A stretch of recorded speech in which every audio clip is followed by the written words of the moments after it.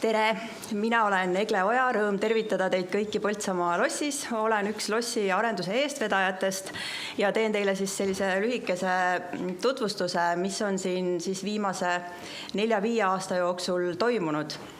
Et teadupärast Põltsamaa loss veel mõned aastad tagasi oli üsna tagasihoidlikus seisukorras, ohutusaadadega piiratud, väravahoones ka katuseta karp.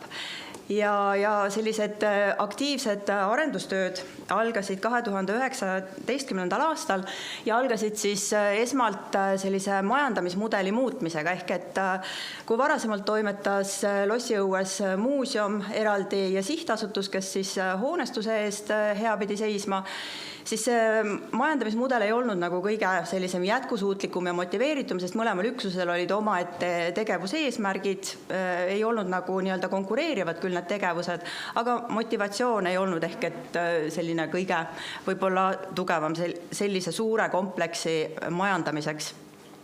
Ja valla poolt siis tehti selline strateegiline suunamuutus, et kogu lossikompleksi haldus, sealhulgas ka muuseumi tegevus anti üle Põltsamaa vallavara osaühingule, mis on siis ettevõte, kes kogu siis piirkonnas ka turismitaristut ja suuremaid investeeringuprojekte ellu viib.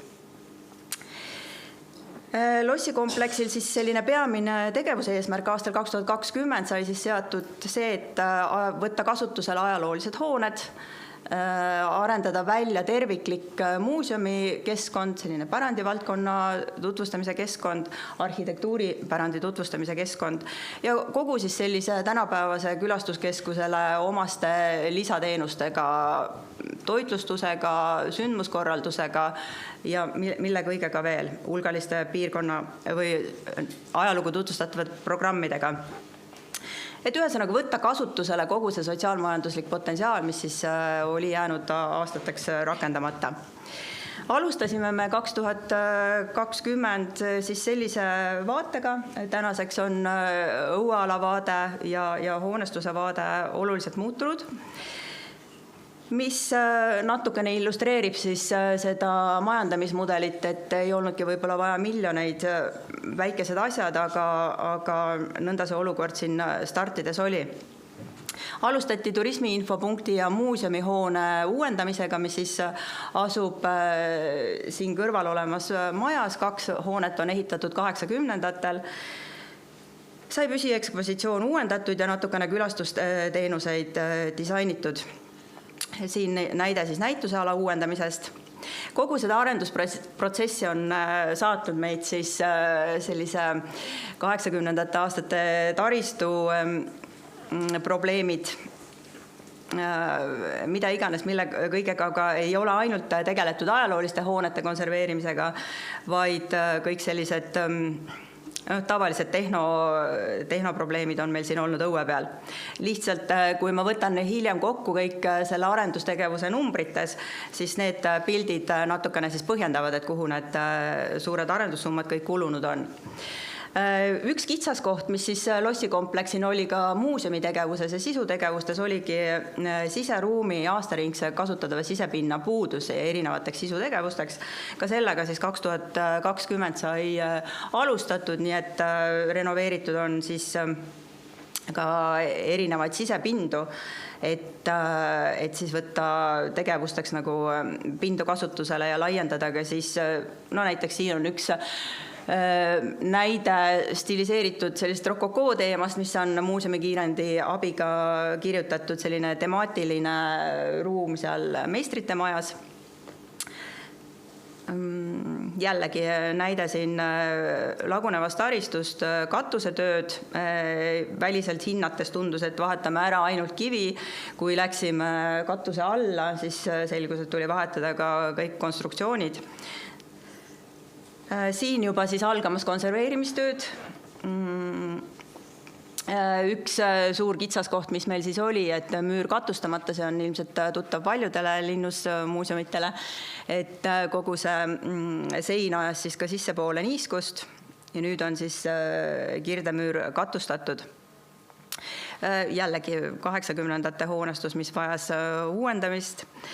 Aknad said siis sellisel viisil konserveeritud ja proteesitud, säästime natukene raha. jällegi taristud, lagunevad trepid, mida iganes. Jällegi tehnotaristute probleemid, purunevad vee- ja küttetrassid, saime jagu. Ja nüüd siis juba teie valdkonna teemadesse tasapisi, et esimene siis selline nagu konserveeriv või vabastav töö toimus siis siinsamas väravahoone teie selja taga, läänenurga mullaladestusest vabastamine, mis siis nüüd tulevikuarenduses saab lastealaks. Sealt siis ilmnes selline ajalooline ilus tellispõrand. On olnud dilemmasid, kas konserveerime, kas esitleme, aga esitluslahendused on küllaltki kulukad selleks, et teda nagu nii-öelda takistavalt esitleda oleks mõeldav klaaslahendus, aga kõik see on nagu kulukas ja siis lõpuks on nüüd konsensus Muinsuskaitseametiga, et me siiski nii-öelda konserveerime selle. Ajaloolised müürid, mis ka selle kihi alt siis välja tulid. Loode värav, siis väike täna siis kõige väiksem värav, ka aastaid ohutusaiaga piiratud, tööd toimunud siis mõlemal pool, nii välisküljel kui siseküljel, oli ka siin dilemmasid ja lõpuks siis selline konsensus, et ta on siis täies määral üles laotud. Vallikraavide puhastamine tõi siis meile ühe ka ainulaadse leiu, siis pooleteise käe mõõk, 15-16 sajand eeldatavasti ja pikim omataoline siis leidude seast, mõõkade seast hetkel. Kirikuvärava vahetus, see ei olegi ehk nii midagi väga suurt. Loodevärava siis siin jälle katustamise tööde näiteid ja pilte siis ülevalt müüriolukordadesse. Müüripärand on olnud siin väga suures lagunemis- või avariilises seisukorras, et tuttav teema ilmselt kõikidele teile. Kirdemüüri konserveerimine. Läänenurga väliskülje konserveerimine oli siis eelmise suvehooaja töö, mis siis on siis vaade sealt Orkla suunalisest parklast. Ja läänenurga siis sisekülje, siin mul on pealkirjas eksimus, et sisekülje konserveerimine, mis on siis nüüd vaade Lossihoovi poolt, et selline hambutu ta siin oli ja tänaseks on siis üles laotud. Jällegi oli dilemmasid, oli konsensust, lõpuks siis selline lahendus. No nii, see on selline natukene siis väliala uuendust, et see arhitektuuriruum, seda ma ei ole ka veel öelnud, et kogu see tervikliku siis arhitektuurse ruumi käekiri on Margit Arguse poolt, tuttav teile ilmselt, see käekiri natukene juba, et Haapsalu linnus on ka tema tehtud ja siis on siis see vana ja uus ühendatud siis natukene sellises modernsemas võtmes. Saime ka uue välilava, jällegi Margiti käekirja ja mõtete toel. Varasem välilava oli siis meil selline tagasihoidlik angaar ja paiknes siis vasakul pool seda uut lava. Jällegi sündmuskorralduse kontekstis võib-olla ei ole see lava nagu just nii ideaalse koha peal, kui oli see varasem angaarlava, aga see ongi jälle kompromiss, et me enne kõike siiski oleme pärandiobjekt ja et see lava siis ei oleks nii dominantne pärandi ees ja teatud siis ka sündmuskorralduse jaoks eelised, et ta oleks väravahoonele lähemal näitlejate või esinejate majutamiseks. Taimsaare tõuel siis ka võib-olla ei ole nii päris klassikaline nagu nägemus, aga arhitektuurses ja maastikus ja Muinsuskaitseametiga siis konsensuses sai siis selline ümarvorm meile. Nii, väravahoone, kus me siis alustame sellist suuremat ehitustegevust, mis tänaseks siis koondab keskse muuseumiala ja teenindusala, nägi siis veel 3 aastat tagasi välja selline. Töid alustati siis ka 90-ndatel püüti, arendusprojekte ja selliseid hoovõtte on olnud Lossi ajaloos mitmeid, et alustada siis nagu kogu selle terviklahenduse väljaarendamist ja võtta ajaloolised hooned kasutusele. Üks näide on siis need vahekorrused 90-ndatel, need siis nüüd selle arenduse käigus siiski lõhuti. Ja arhitektuuripärand siis kõik sai säilitatud, ajaloolised müürid esitletud, kuigi siin vahepeal oli ka mingites arenduses juttu, et ehitatakse karp karbis. Nii, siin siis üleval te näete ka, on üks fragment siis käiguteedest, mis on tänasesse ruumi valmis ehitatud selle perspektiiviga, et terviklahendus nägi meile ette kogu müüride perimeetril kaitsekäikude taastamise, aga kuna meie ehitustegevus sattus siis jälle kõikide erinevate kriiside valda, sealhulgas ka ehitushindade kallinemine, metallihind eriti, selle tõttu me siis tegime ehituses kärpeid mitmeski sellises atraktiivses elemendis, sealhulgas siis käiguteed, väravahoone kellatorn ja konvendihoone sisegalerii, et need on lihtsalt sellised elemendid, mille arvelt oli võimalik hetkel loobuda ja panustada ikkagi konvendihoone katustamisse, mis on ennekõike oli oluline, et pärand edasi ei häviks. Ehk et ja üks näide ka siin, et lifte meil praegu hoones ei ole, et need on kõik valmiduses. Nii, väravahoone, jah, siin samas saalis me siis nüüd istume, need sinised toolid on taaskasutus Rahvusraamatukogust, et oli ka selline tunne, et me kindlasti peame neid mustaks tegema ja kuidagi nagu moodsamas võtmes esitlema, aga täna on nad just nimelt niimoodi tööle hakanud ja kuna Eesti lipulugu on ka Põltsamaal, siis sinimustvalge sobib meile siia väga hästi.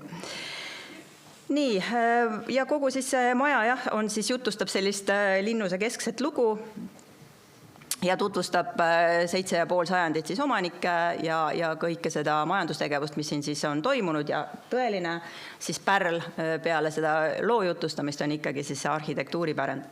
Loss nägi siis meil välja 3 aastat tagasi selline, äärmiselt ohtlikus olukorras, kive kukkus ehituse ajal ja ka ennem siis nagu kogu aeg peale põlengut 41 olid siis alles sellised müüriosad, veel 80ndate lõpus, 90ndate alguses olid säilinud kõik ka nagu enamus hoonestusest, kui meie alustasime, kas on valguse käes, ei ole väga hästi näha, aga et põhimõtteliselt väga palju varinguid.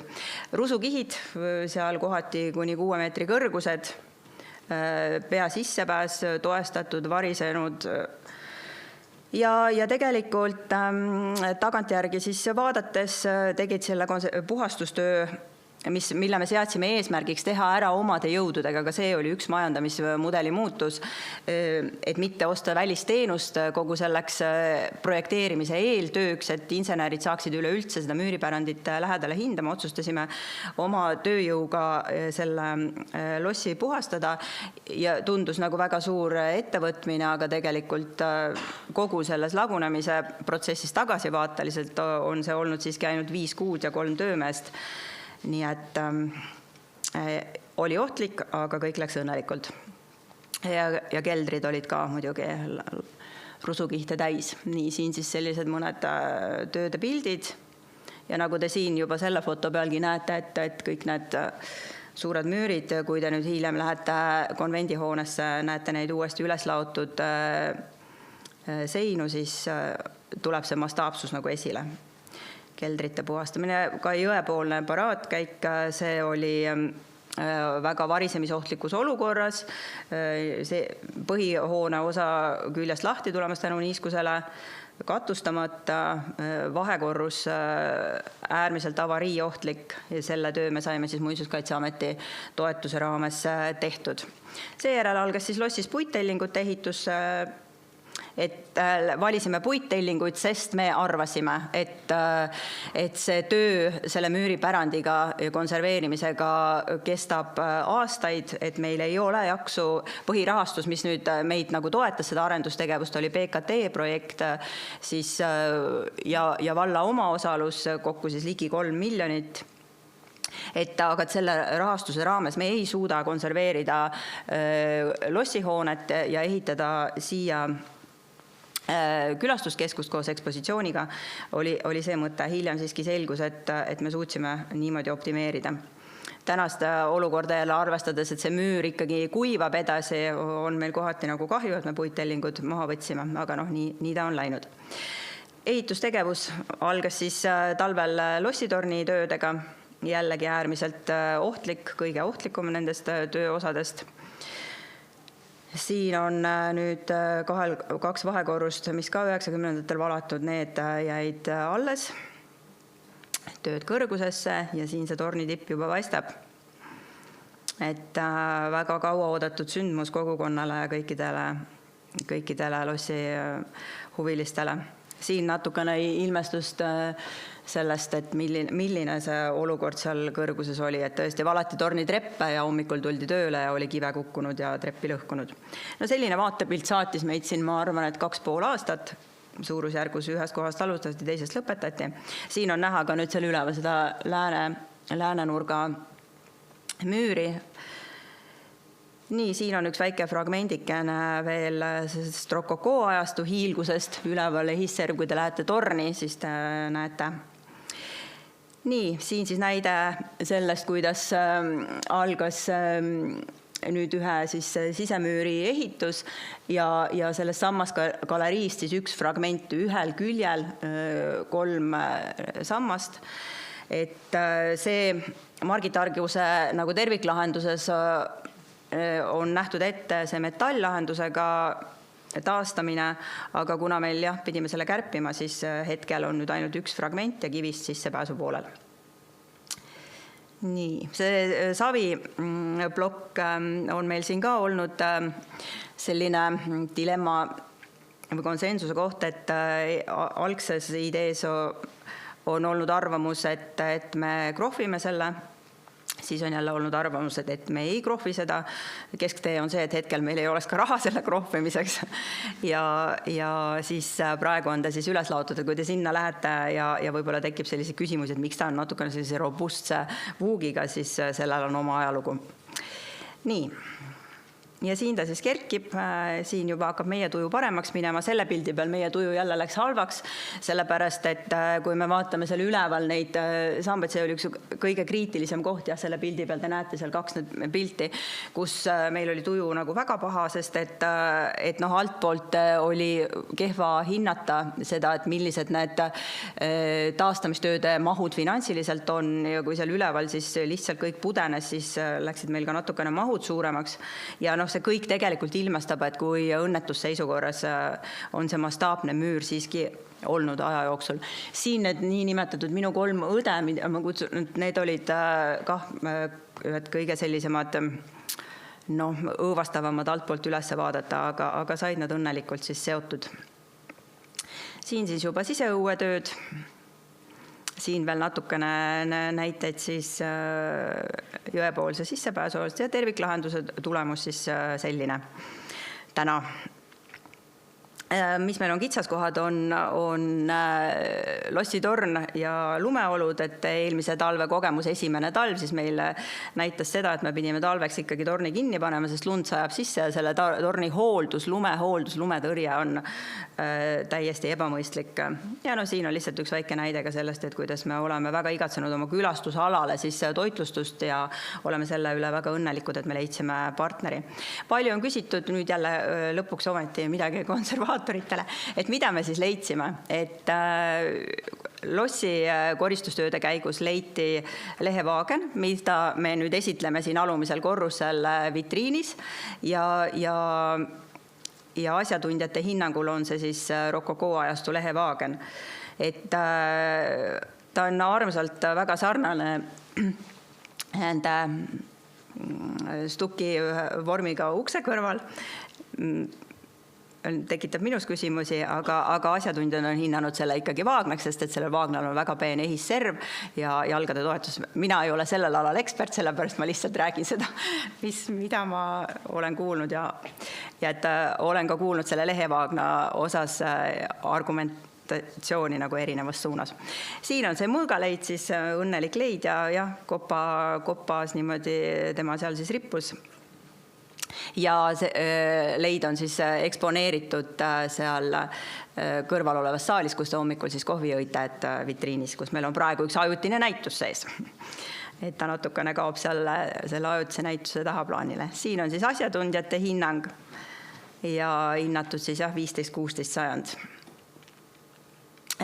Ja kui meie muidu kogu aeg siin koha peal kurdame, et Põltsamaale, kuna meie ajalooline pärand tõesti ju tules hävis, või siis paljud asjad olid ju siit juba ka ära viidud, et meil ei ole sellist tohutut leiupagasit, kui on teistel linnusmuuseumitel, siis see nüüd 22. aastal leitud 2 küttekolde detaili, need on siis nii-öelda oma raskusastmelt, annavad nii mõnegi teise muuseumiga võib-olla võrrelda suuremate kogudega, et 6 meest tõid meile siis sisse 2 rokokoo ajastu küttekolde soojasuunajat ahjuekspertide hinnangul. Siin on nad veel konserveerimata kujul fotol näha, täna on nad siin meie all olevas saalis seina ääres ootamas nüüd esitluslahendust, kas me siis, üks idee on esitleda neid nende autentses asukohas, kust nad oleks siis nüüd praegu tegelikult talvehooajal ligipääsmatud ja teine on siis see, et me lihtsalt loome neile sellise ajutise raami siia alla.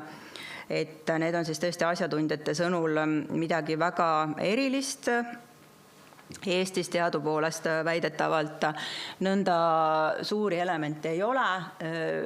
On olnud ka eksperdi arvamus, kes plaadid konserveeris, et neid võis olla ka 5.